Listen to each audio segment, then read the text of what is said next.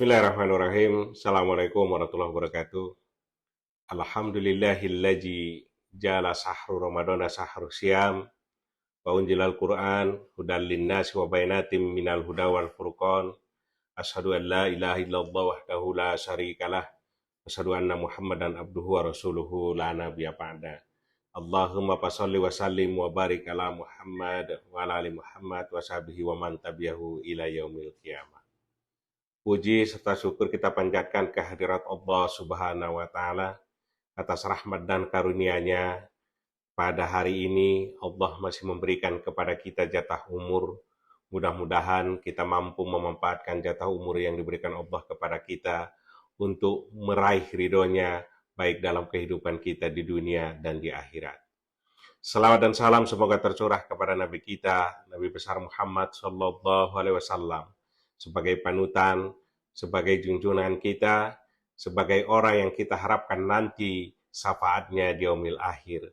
Salah satu yang kita idam-idamkan nanti bisa duduk bersama Rasulullah Sallallahu Alaihi Wasallam di hadapan Allah, dan Rasulullah Sallallahu Alaihi Wasallam berjanji dan berikrar di hadapan Allah Subhanahu wa Ta'ala bahwa kita adalah umatnya yang setia terhadap ajarannya.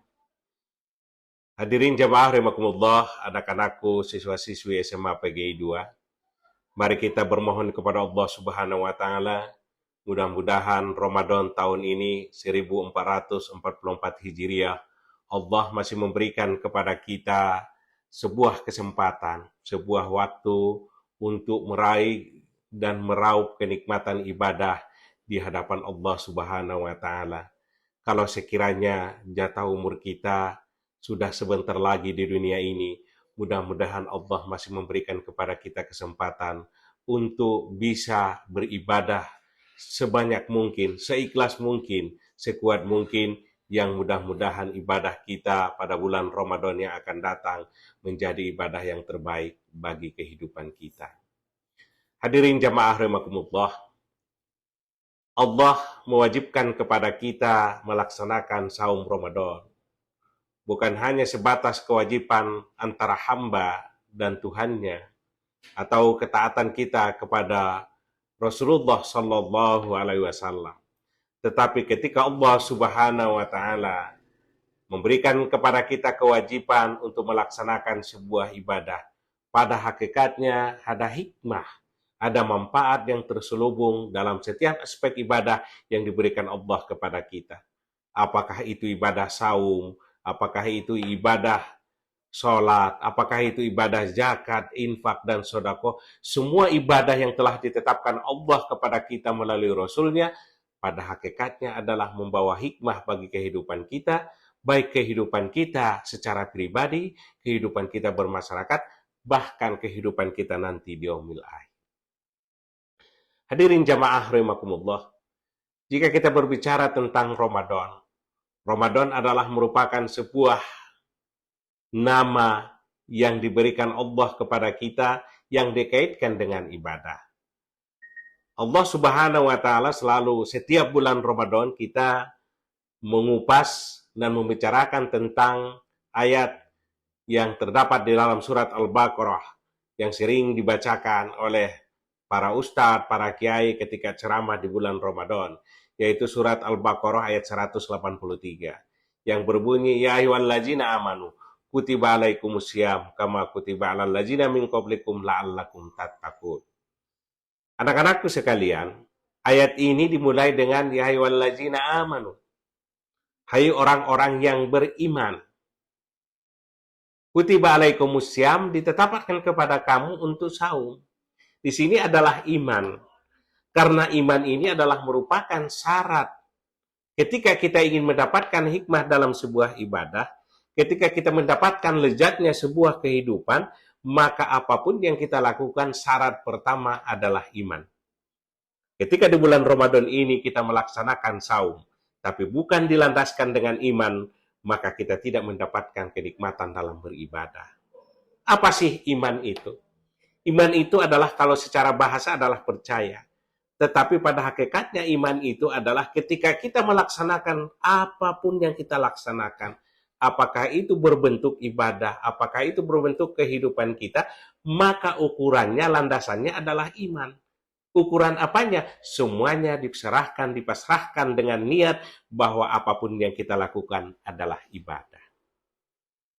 Jadi ketika nanti di bulan Ramadan, ketika ingin mendapatkan kenikmatan Ramadan, maka mulai ibadah itu adalah, mulai Ramadan itu dengan niat ibadah kepada Allah Subhanahu wa Ta'ala. Tidak ada niat yang lain. Atau boleh jadi kemarin, oh mumpung bulan Ramadan sekarang diniatkan, mudah-mudahan nu gendut misalnya, dia niatnya biarin kurus misalnya. Atau nu kurang sehat, oh biarin di bulan Ramadan ini adalah pada hakikatnya nanti biarin sehat. Oke, nggak jadi masalah. Secara tujuan nggak jadi masalah, tapi diniatkan bahwa semua apa yang kita lakukan itu adalah ibadah kepada Allah Subhanahu wa Ta'ala. Kalau ibadah kepada Allah Subhanahu wa Ta'ala, maka ukuran-ukuran yang kita laksanakan dalam kehidupan kita adalah Allah. Ketika kita saum nanti, apakah saum yang kita lakukan sudah sesuai nggak keinginan Allah? Saum yang kita lakukan sudah sesuaikah keinginan Rasulullah Sallallahu Alaihi Wasallam? Saum yang kita dapatkan nanti, apakah bermanfaat bagi kita? Jadi, kalau kita ingin mendapatkan hikmah dalam beribadah nanti, tidak hanya yang kita kita beribadah monoton. Setiap tahun kita saum, iya, setiap tahun kita melakukan hal seperti itu, tapi tidak ada peningkatan ibadah dari tahun-tahun yang dulu kita ibadah, bulan Ramadan, saum Ramadan, tapi begitu-begitu saja. Jadi kalau niatnya ibadah, maka semua apa yang dilakukan oleh kita di bulan Ramadan ini tujuannya adalah ibadah kepada Allah Subhanahu wa Ta'ala. Mudah-mudahan hadirin rahimakumullah, mungkin ini adalah materinya berlanjut. Pada saat kali ini Bapak mengajak kepada kaum muslimin, muslimat, anak-anakku sekalian, siswa-siswi SMA PGI 2, tanamkan, niatkan pada diri kita akan melaksanakan saum Ramadan karena Allah Subhanahu wa Ta'ala, karena ibadah kepada Allah Subhanahu wa Ta'ala, dan kita akan mendapatkan hikmah dari apa yang kita lakukan dalam setiap aspek kehidupan kita. Karena kita nggak tahu nanti di bulan Ramadan ini Allah memberikan kepada kita pahala, meningkatkan derajat kita dari ibadah yang mana. Maka perkaya ibadah di bulan Ramadan ini. Tidak hanya saum, tapi sholatnya, baca Qur'annya, zikirnya, sodakohnya, dan yang lainnya. Perbanyak dan berbuat baiknya. Perbuatan-perbuatan yang kita lakukan dalam hal kebaikan, boleh jadi mungkin karena kita menolong orang yang kesusahan di bulan Ramadan, ternyata kita mendapatkan hikmah Ramadan itu bukan dari saum kita, tapi karena kita menolong orang lain di bulan Ramadan. Itu saja mungkin anak-anakku sekalian, mudah-mudahan ada hikmah dan manfaatnya. Billahi taufiq wal hidayah. Assalamualaikum warahmatullahi wabarakatuh.